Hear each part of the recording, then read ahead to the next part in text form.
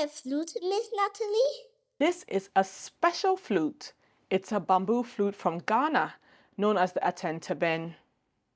Atenteben. Exactly. Oh, how does it sound?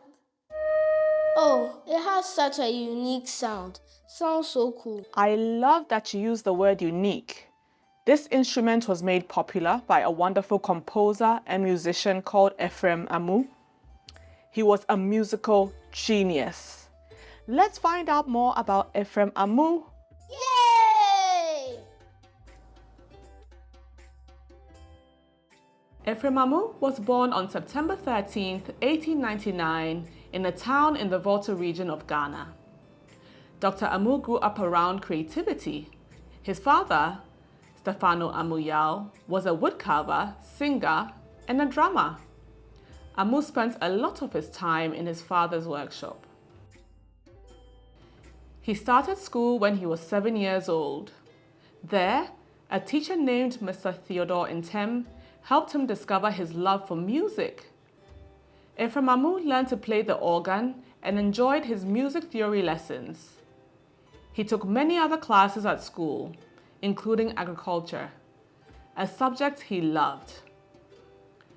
Amu was very creative. As a teenager, he designed his own wooden bicycle. His friends named the bike Amu and enjoyed rides across the campus. Ephraim Amu was a creative problem solver. As Amu grew older, he wanted to be a music teacher and a preacher, so he attended a Christian training college. In 1920, he finally started his first job as a music teacher at his old middle school. Amu composed songs for his students' performances and for events. During his time at the training college, Ephraim Amu also started preaching and made an interesting discovery. He realized that many people struggled to sing along during the service.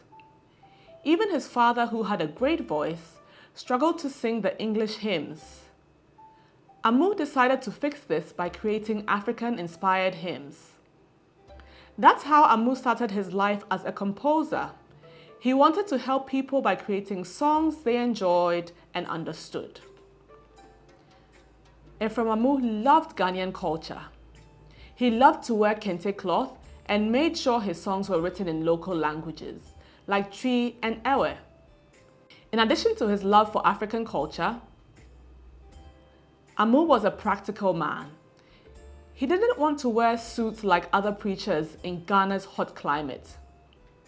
Interestingly, some people were not pleased with Amu's decision to incorporate aspects of Ghanaian culture into the service. People in neighboring towns started to hear about Ephraim Amu's unique songs. One day, one of Amu's old students wrote to him and asked him to compose something African for a primary school for an event known as Empire Day. Amu created a wonderful song that is now sung all over Ghana.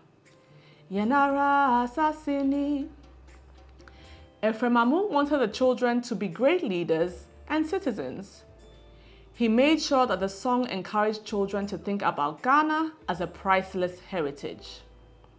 The song became so popular that it was played on national TV every day. It was also sung at morning assemblies in schools all over Ghana. Amu wasn't just a gifted composer, he was a wonderful teacher and influenced many schools.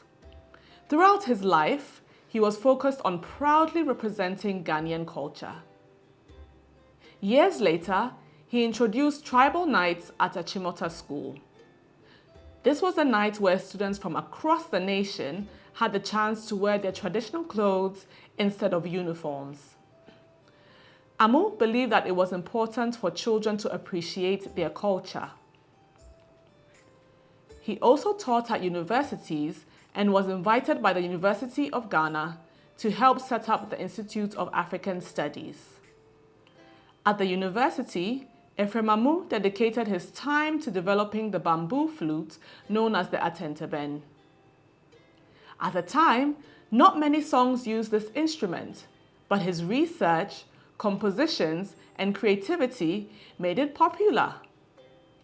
He worked really hard developing his compositions. When people think about that Tenteben now, they think of Ephraim Amu. Ephraim Amu is known as a national treasure.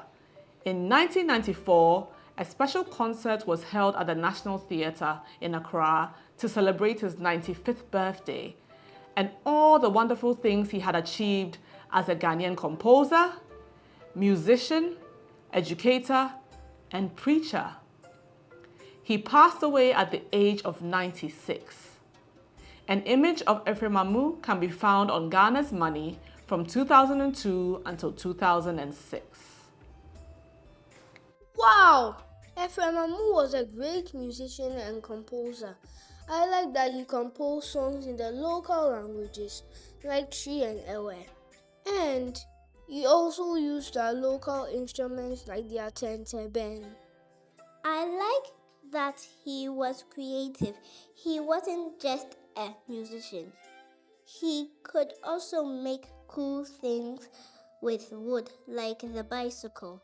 Oh, he sounds like a wonder space explorer, Miss Natalie. He was creative, he solved problems, and he was wonderful. And he made wonderful songs for Ghana. Yanara Yasasini. I couldn't have said it any better myself. Well done! I like that he wrote a song teaching us how good character makes us good leaders and citizens. Yanara Yasasini.